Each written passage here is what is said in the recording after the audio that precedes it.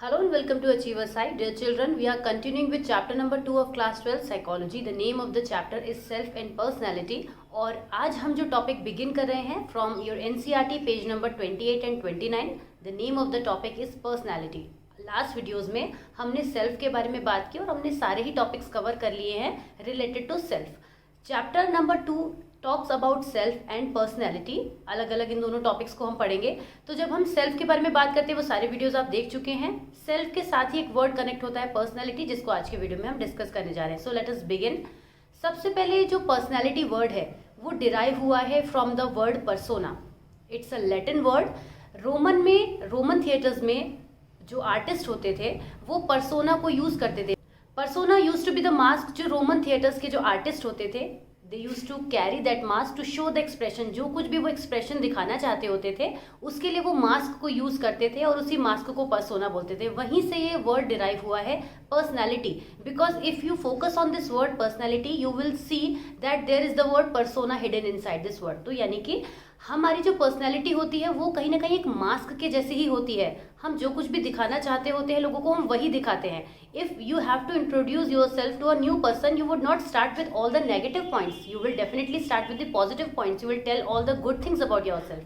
ऐसा ही तो आप करते हैं, यही होता है. This is basic human nature. इसमें कुछ सही या गलत नहीं है, but it is very very common thing. यही चीज़ होती है कि हमसे अगर हमारे बारे में कोई कुछ भी पूछे तो हम वही बातें बताते हैं जो हम बताना चाहते हैं. तो कहीं ना कहीं पर्सनालिटी के बारे में हम ये चीज़ कह सकते हैं कि पर्सनालिटी जब हम किसी पर्सन की जज करते हैं या रीड करते हैं या उसके थ्रू जानने की कोशिश करते हैं तो हमें सिर्फ वही बातें पता चल सकती हैं जो वो पर्सन दिखाता है. तो ये तो बात हो गई कि पर्सनालिटी वर्ड डिफाइन कैसे हुआ है. और दूसरी तरीके से भी हम समझ सकते हैं किसी भी पर्सन की जो टोटलिटी है यानी जो भी टोटल उसकी कैरेक्टरिस्टिक्स हैं, इनर आउटर, जिसमें सारे एट्रीब्यूट्स आते हैं. फिजिकल एट्रीब्यूट्स आते हैं, साइकोलॉजिकल एट्रीब्यूट्स आते हैं. यहाँ हम साथ साथ ये चीज़ का जिक्र करते चलते हैं कि जो किसी भी पर्सन के जो एट्रीब्यूट्स होते हैं वो मेजरली दो टाइप्स के होते हैं. जिसमें एक होता है फिजिकल एट्रीब्यूट्स यानी किसी भी पर्सन का स्किन कलर, उसका हेयर कलर, उसकी बॉडी, उसका जो भी आउटर पर्सनैलिटी होती है, आउटर जो पर्सोना होता है वो हो जाता है उसका फिजिकल एट्रीब्यूट्स. और साइकोलॉजिकल एट्रीब्यूट्स क्या होते हैं ये आप चैप्टर नंबर 1 में पढ़ कर आए हैं. Still I explain it here कि साइकोलॉजिकल एट्रीब्यूट्स वो सारे एट्रीब्यूट्स हैं जो हम अपने बिहेवियर के थ्रू पोर्ट्रे करते हैं. उनको हम देख नहीं सकते. आप किसी भी पर्सन का सोचना नहीं देख सकते. लेकिन अगर कोई पर्सन बहुत देर तक आपकी बात को रिस्पॉन्ड नहीं कर रहा है तो आप सोचेंगे कि आप इस बात को गेस कर पाएंगे कि सामने वाला पर्सन कुछ सोच रहा है इसलिए हमारी बात सुन नहीं रहा है या लॉस्ट है. तो जो भी हमारे साइकोलॉजिकल एट्रीब्यूट्स होते हैं उनको हम देख नहीं सकते लेकिन वो बिहेवियर के थ्रू दिखते हैं, जिसमें कि आपने इंटेलिजेंस को डिटेल में पढ़ा है चैप्टर नंबर 1 में. खैर ये सारे तो हमारे साइकोलॉजिकल एट्रीब्यूट्स हो गए. पर हम पर्सनैलिटी में हमारे फिजिकल, हमारे साइकोलॉजिकल और इसके अलावा हमारी जो सोशल कैरेक्टरिस्टिक्स होती हैं कि हम किसी पर्सन से बिहेव कैसे करते हैं, हम किसी से बात कैसे करते हैं, हम कितने पोलाइट हैं, कितने काइंड हैं, हमारा nature, everything is included in psychology. लेकिन एक मिसकंसेप्शन है जो आपकी बुक में भी ये पैरा में दिया हुआ है. फॉर अ ले पर्सन, किसी भी एक कॉमन पर्सन के लिए एक थॉट होता है पर्सनैलिटी को लेके. आप साइकोलॉजी में इसे पढ़ेंगे और आफ्टर जब आप इसको पढ़ लेंगे तो आप बहुत अच्छे से जानते होंगे कि पर्सनैलिटी क्या है. बट इन जनरल आप किसी भी पर्सन से ये चीज़ पूछ कर देखिएगा. नॉर्मली मैं अपने क्लासेस में हमेशा बच्चों से ये चीज़ पूछती हूँ कि व्हाट इज़ पर्सनैलिटी.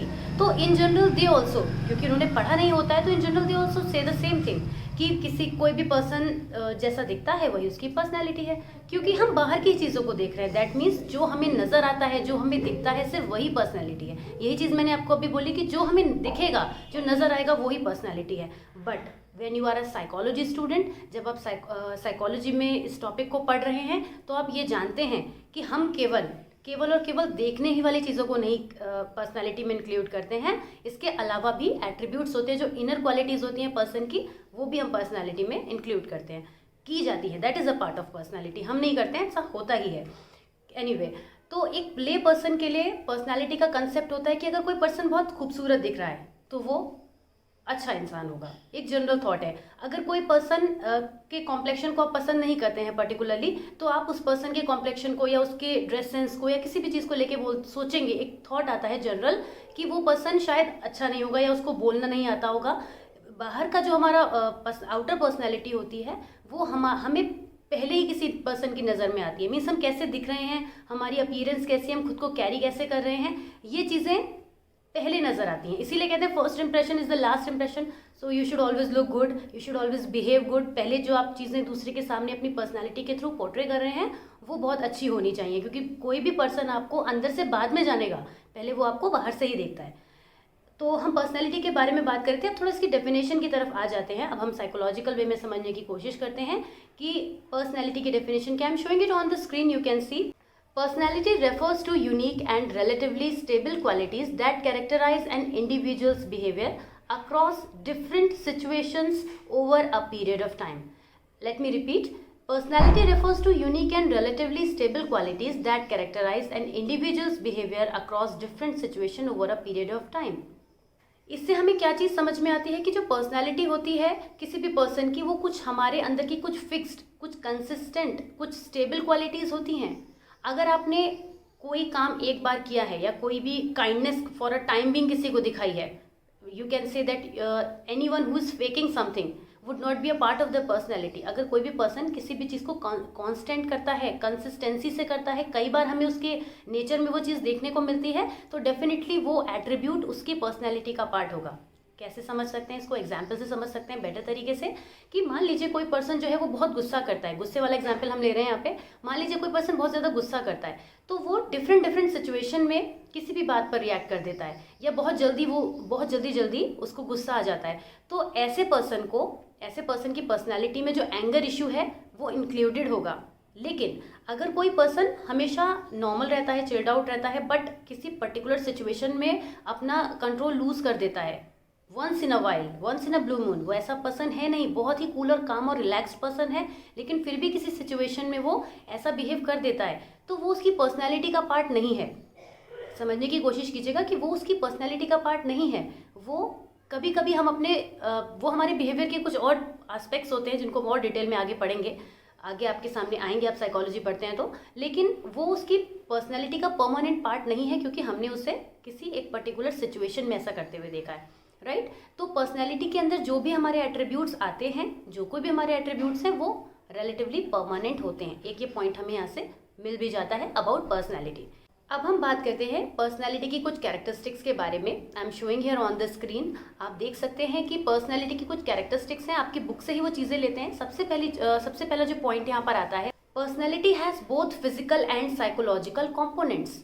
पर्सनैलिटी में हमारे फिजिकल और साइकोलॉजिकल दोनों ही कंपोनेंट्स आते हैं, और ये चीज़ मैंने आपको बिल्कुल पर्सनैलिटी की शुरुआत में ही बता दी थी जब हम लोग डिस्कशन कर रहे थे। यानी कि हमने ये बोला था कि किसी भी पर्सन के अंदर साइकोलॉजिकल और फिजिकल एट्रीब्यूट्स होते हैं, और वो सभी कुछ पर्सनैलिटी का पार्ट होते हैं। तो ये एक पहली कैरेक्टरिस्टिक हो गई। बहुत आसान है समझना कि किसी भी जब हम किसी पर्सनैलिटी को डिफाइन करते हैं तो उसके अंदर दोनों ही टाइप के कंपोनेंट्स आते हैं, दोनों ही टाइप के एट्रीब्यूट्स आते हैं। कुछ भी वर्ड आप यूज़ कर सकते हैं, बोथ आर करेक्ट। तो हम ये बोलेंगे कि फिजिकल एंड साइकोलॉजिकल या फिजियोलॉजिकल भी वर्ड यूज़ किया जाता है। ये सारे कंपोनेंट्स पर्सनैलिटी के अंदर आते हैं। Second is its expression in terms of behaviour is fairly unique. Her person जो है वो बहुत यूनिक वे में बिहेव करता है। हर किसी भी पर्सन का जब हम बिहेवियर को नोटिस करते हैं, पर्सनैलिटी को जब हम असेस करते हैं या ऑब्जर्व करते हैं, तो हर पर्सन बहुत यूनिक होता है। हर पर्सन अपने आप में डिफरेंट होता है। ये चीज़ हम जानते हैं, हमने इंडिविजुअल डिफरेंसेस पढ़े हुए हैं। आप लोगों ने चैप्टर 1 में इंडिविजुअल डिफरेंसेस पढ़ने के बाद ही आप यहाँ पर आए होंगे, तो आप जानते हैं कि इंडिविजुअल डिफरेंसेस की वजह से हर पर्सन एक दूसरे से अलग होता है। और पर्सनैलिटी भी कुछ अलग चीज़ नहीं है, ये भी इंडिविजुअल डिफरेंस का एक बहुत बड़ा एग्जाम्पल है कि दो लोगों की पर्सनैलिटी कभी सेम नहीं होती। जैसे दो लोगों का इंटेलिजेंस सेम नहीं होता, इंटरेस्ट सेम नहीं होते, यही सारे मिलकर तो पर्सनैलिटी बनाते हैं। आप ऐसे समझ सकते हैं कि लाइक अ बाइनरी ट्री, जिसमें पर्सनैलिटी ऊपर है और बाकी के एट्रीब्यूट्स उसके अंदर आते हैं। तो जब आपने अंदर आने वाले कंपोनेंट्स में वेरिएशन देख लिया, तो पर्सनैलिटी कैसे सेम हो जाएगी? वो तो बिल्कुल नहीं हो सकती। तो इस तरीके से हम इस पॉइंट को समझ सकते हैं। Third is it's main features do not easily change with time. ये भी पॉइंट हमने पर्सनैलिटी को डिस्कस करते समय बोला था कि पर्सनैलिटी में हमारे जो भी एट्रीब्यूट्स आते हैं वो रिलेटिवली स्टेबल होते हैं, परमानेंट होते हैं। तो इतनी जल्दी टाइम के साथ चीज़ें नहीं बदलती हैं। आप अपनी किसी पर्टिकुलर नेचर को अगर चेंज भी करना चाहते हैं, then it will take some time, right. ये एकदम से नहीं होगा कि आज मैंने डिसाइड किया कि कल से मैं कोई पर्टिकुलर हॉबी क्विट कर दूंगी या अपने पर्सनैलिटी में किसी भी तरीके का चेंज करूंगी, and next day I wake up and everything is change. We are not magician, so we can not do that, nobody can do that in fact. तो पर्सनैलिटी में जो भी हम चेंजेस लाना चाहते हैं, उनको लाने के लिए हमें थोड़े टाइम की ज़रूरत है, और वो जो ट्रांजिशन पीरियड होता है वो भी अच्छा खासा टाइम होता है।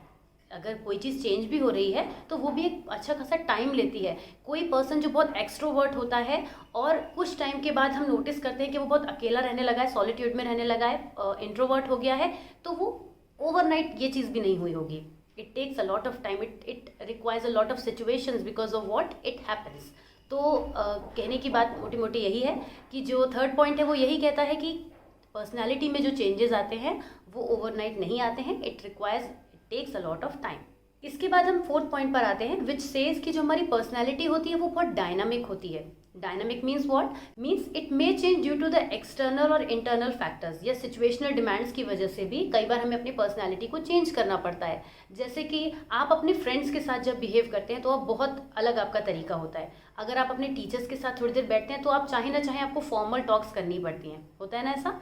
या फिर आप बच्चों के साथ अगर थोड़ी देर बैठ जाएंगे तो आप थोड़ी देर में उनके ही तरीके से बोलने लगते हैं। मतलब इतना आप अगर एंजॉय करने लगते हैं बच्चों की कंपनी तो आपके बोलने का तरीका, आपके बात करने का तरीका वैसा हो जाता है। ये सारी जो मैं एग्जांपल्स आपको दे रही हूँ तो बहुत शॉर्ट स्पैन ऑफ टाइम के लिए हैं, लेकिन ये चीज़ें लॉन्गर केसेस में भी होती है। कैसे? जैसे मान लीजिए आप एक कंट्री से दूसरी कंट्री में माइग्रेट कर रहे हैं, आप वहीं रहने वाले हैं for a very long period of time, तो आप वहाँ की चीज़ों को धीरे धीरे अपनी पर्सनैलिटी में लाने की कोशिश करेंगे।